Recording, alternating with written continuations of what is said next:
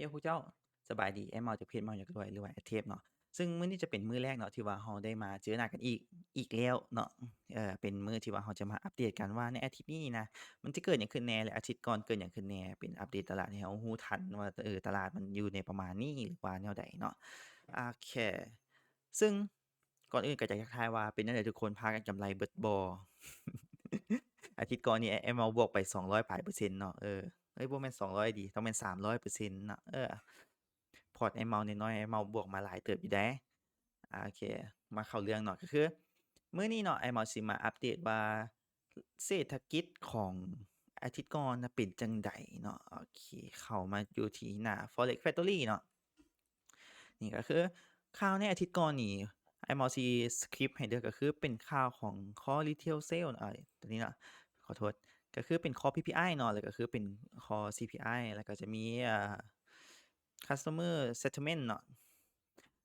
โดยข่าวแรกนี่ตัวนี้ก็คือจากที่ทุกคนรู้เนาะก็คือเป็นต้นทุนต่อผู้ผลิตเนาะต้นทุนของผู้ผลิตต่อกับสินค้าเนาะนี่แล้วก็2มาก็จะเป็น CPI เนาะหรือว่าตัวเลขอัตราเงินเฟ้อเนาะอันที่3ก็จะเป็น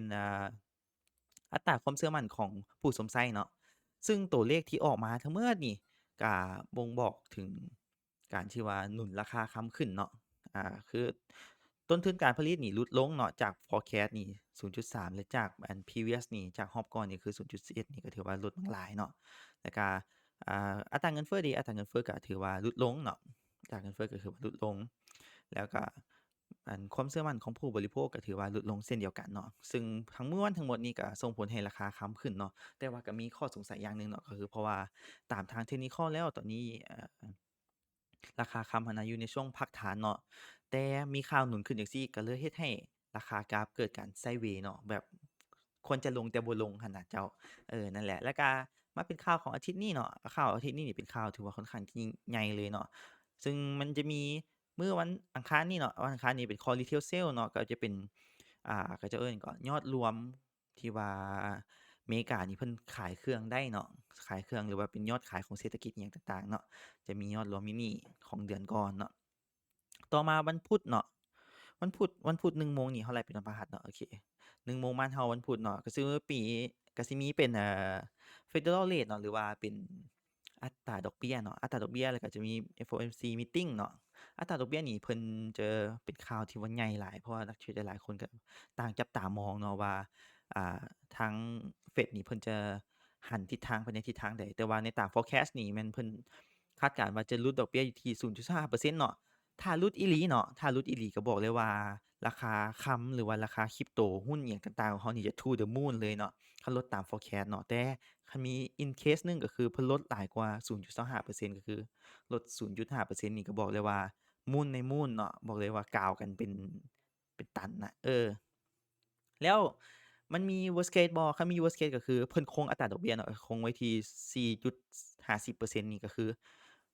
บอกเลยว่าราคานี่จะมีการ panic sell เนาะก็จะมีการเซลล์กันถล่มทลายเกิดขึ้นประมาณนี้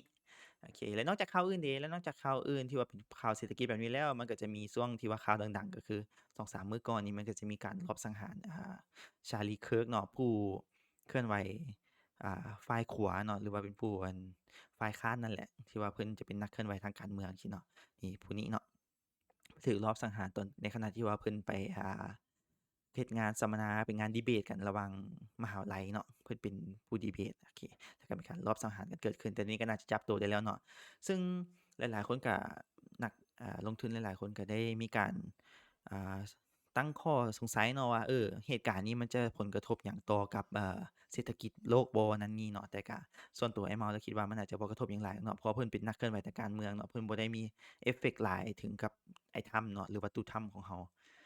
นอกจากนั้นเดะก็คือนักประเมินหลายๆคนเนาะนักลงทุนหลายๆคนเพิ่นก็จะมีการ forecast เพิ่นมีการอ่าหยังก็ประเมินไว้ว่า Fed นี่จะหันไปทิศทางใดในขณะที่ว่าเศรษฐกิจมีการแข่งแข็งแรงมีความแข็งแรงแล้วก็ยืนได้แบบนี้ Fed เพิ่นจะหันไปทิศทางใดเพิ่นก็เป็นการประเมินเนาะตามที่เรา forecast นั่นแหละแล้วในทาง Technical เดะในทาง Technical นี่บอกเลยว่าอาทิตย์นี้ก็ค่อนข้างจะดุเดือดเนาะดุเดือดอีหลีซึ่งตัวนี้เนาะจากในมุมมองของ Elliott Wave ก่อนเนาะ คือที่ไอ้เมาบอกไปเนาะอาทิตย์ก่อนนี่เราแหนมเป็น3แม่นบ่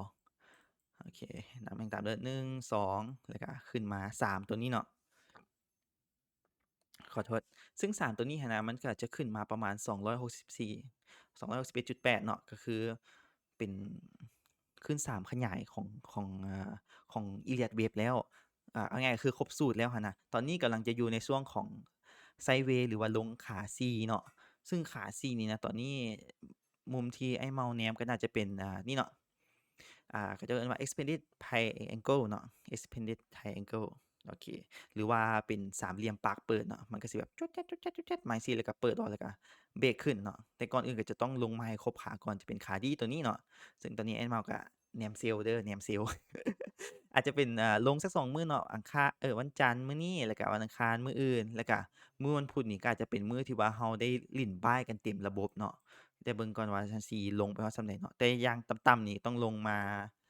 600เนาะต้องมา600ก่อนหรือว่า 593สิเนาะ3593แล้วนอกจากนี้ก็จะมีในมุมมองของชาร์ตแพตเทิร์นเดะไอ้แมวมีมุมมองของชาร์ตแพตเทิร์นพร้อมโอเคในมุมมองชาร์ตแพตเทิร์นเนาะก็คือตัวนี้มุมมองของชาร์ตแพตเทิร์นนี่แนมเป็น Head and Shoulder เนาะโอเคตัวนี้โอเค sorry Head and Shoulder เนี่ยอันนี้เป็นไหล่ซ้ายเนาะอันนี้เป็นหัวอันนี้เป็นไหล่ขวาแล้วก็จะมีเส้น neckline อยู่นี่แต่ตัวนี้นี่ไอ้เมาแนมว่าเป็นliquidity sweep เด้อก็คือไผที่ได้เรียน FMC มาเนาะมันจะเป็นการที่ว่าล้าง SL หั้นนะโอเคมุมมองประมาณนี้ซึ่งตอนนี้นี่อันนี้เป็นหน้า Bias ฝั่งหน้า Buy เด้อแล้ว Elliott Wave หั้นนะ Bias ฝั่งหน้า Sell ขึ้นกับว่านั่นแหละขึ้นกับว่าทางใดได้เปรียบหั้นนะคันเป็นมุมมองหน้าบ้ายเนาะวิธีเล่นก็คือถ้าให้เบรกneckline บ่นี้ขึ้นมาแล้วกลับมา retest จึงค่อย entry เข้าเนาะตัวนี้ก็น่าจะสอดคล้องกันกับวันพุธเนาะแต่ว่าต้อง sideways นะอาจจะต้องเบรกขึ้นตอนนี้เลยคันว่าจะเป็นในรูปแบบนี้แต่ถ้าเป็นทาง Elliott Wave ก็น่าจะลงไปก่อนจนฮอดวันพุธเนาะโอเคแล้วต่อมาเด้ต่อมาจะเป็นมาแนมเบิ่งบิตคอยน์แหน่เนาะ BTC โอเค BTC USD เฮาเบิ่งกันในมุมของบิตคอยน์นี่มันเป็นจั่งใดเพราะว่าอาทิตย์ก่อนนี่ก็อืมค่อนข้างจะเบิ่งได้ยากอยู่เนาะเพราะว่าบิตคอยน์นี่ค่อนข้างเป็นการไซด์เวย์กรอบที่ว่ากว้างแรงเนาะซึ่งตอนนี้คันเบิ่งในมุมใหญ่ๆเลยก็คือกลับมา retest โซนเก่าเนาะเป็นโซนที่เพิ่นเบรกเอาต์ไปเนาะเป็นแบบนี้แล้วก็กำลัง retrace อยู่บ่นี้อยู่ซึ่งถ้า retrace แล้วบ่หลุดแบบนี้ก็แปลว่านี่แหละที่เจ้าขึ้นมาพี่เลย130,000 120,000พี่แหละเนาะเพราะว่าสอดคล้องกันกับอัตราดอกเบี้ยนำคือว่าเป็นเซตอัปที่ว่าโอเคไผสิเข้าบายตอนนี้ก็ได้คือกันเนาะอยู่บ่นี้ก็คันสมมุติเรา SL อยู่นี่ก็คือ1:1เนาะโอเค1:1หรือว่าเขาสิเป็น99จัดๆเลยก็จะเป็น1:7เนาะให้เมาถือว่า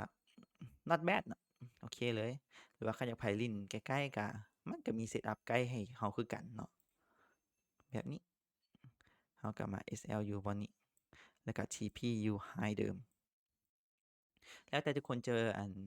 เซตอัปเอาเลยเนาะแต่ว่ามุมมองไอ้เมาก็คือขึ้นเด้อเจ้าอาในภาพน้อยอาจจะมีการไซด์เวย์แหน่นั่นนี่แต่ว่าภาพใหญ่ก็คือยังเป็น Uptrend อยู่เนาะนั่นแหละพวกเจ้าอันนี้ก็คือเป็นการ